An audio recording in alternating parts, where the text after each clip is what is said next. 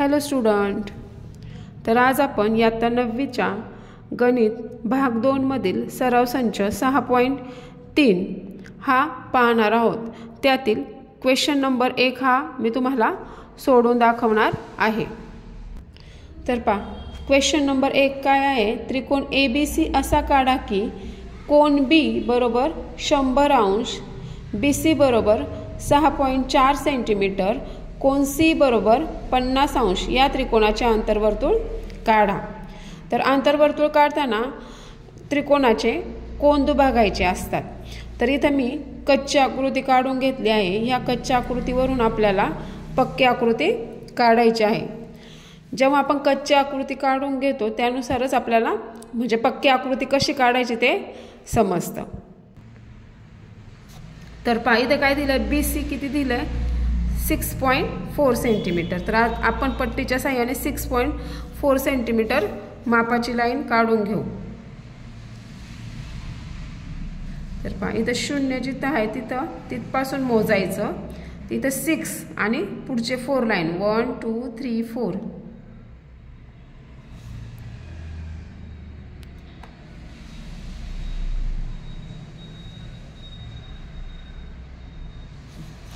तर पहा, BC आपली झाली आहे 6.4 सेंटीमीटर। इथं काय सांगितलंय? कोन B 100 अंश। तर हे कोन मापक आहे। ह्या कोन मापकाच्या सहाय्याने आपल्याला कोन B 100 अंशाचा काढायचा आहे। तर हा जो बरोबर हा पॉइंट आहे तो बरोबर ह्या B वर ठेवायचा। हा जो मधला दिसतोय तो, आणि आपण हा जो पॉइंट डाव्या बाजूला ठेवलाय, जेव्हा आपण पॉइंट डाव्या साईडला ठेवतो B वर ठेवलाय, म्हणून आपल्याला हे जे खालचे नंबर्स असतात ते काउंट करायचे आहेत। 10 20 30 40 50 60 70 80 90 आणि 100। हे झालं बरोबर 100।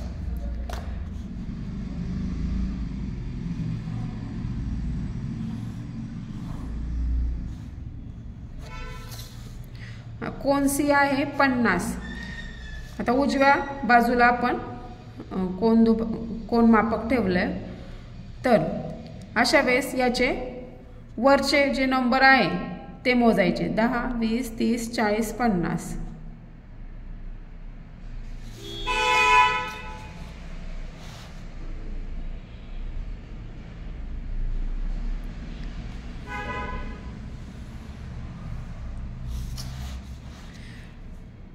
कोन B 100 आणि कोन C झाला आहे 50। तर पहा, आता कोन B आणि कोन C चे आपण दुभाजक काढूया। तर पहा, जेव्हा आपल्याला आंतरवर्तुळ काढायचं असतं तेव्हा आपण त्रिकोणाचे कोणतेही 2 कोन दुभागतो, आणि परिवर्तुळ काढायचं असेल तेव्हा आपल्याला त्रिकोणाच्या बाजू दुभागायच्या असतात। तर आता आपण कोन B चा दुभाजक काढू।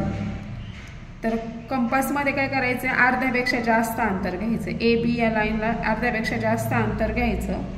आता AB साईडवर लंब काढू, नंतर BC साईडवर।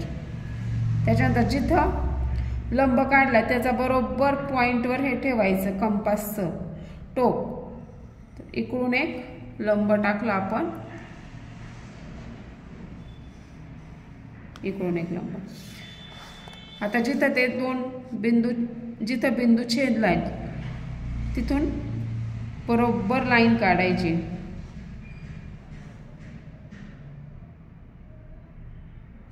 लाईन इकडे तिकडे जाऊ द्यायची नाही, नाहीतर अंतर्वर्तुळ काढताना आपली चूक होऊ शकते।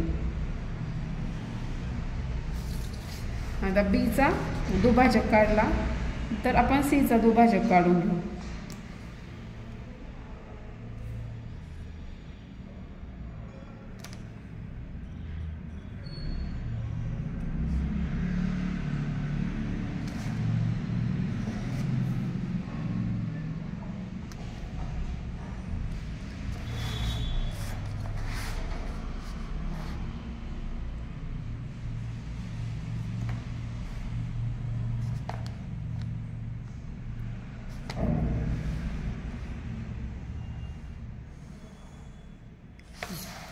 आता जिथे हे दोन दुभाजक छेदले त्या छेदनबिंदूला आपल्याला ओ नाव द्यायचं आहे आणि या छेदन बिंदूपासून BC वर लंब टाकायचा आहे.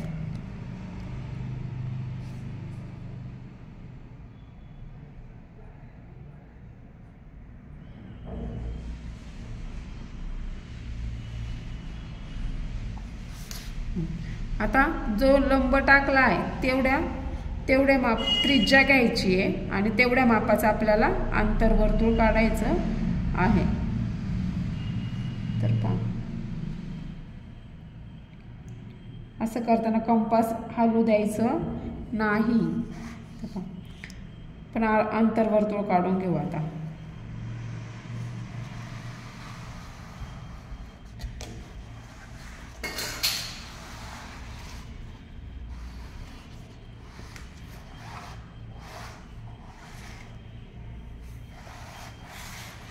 तर तुम्ही पहा, हे अंतर्वर्तुळ आले. माझं थोडंसं बाहेर गेलेलं आहे कारण माझं थोडी चूक झाली होती हे माप घेण्यामध्ये. तुम्ही जर व्यवस्थित माप घेतलं तर तुमचं अंतर्वर्तुळ एकदम छान येईल.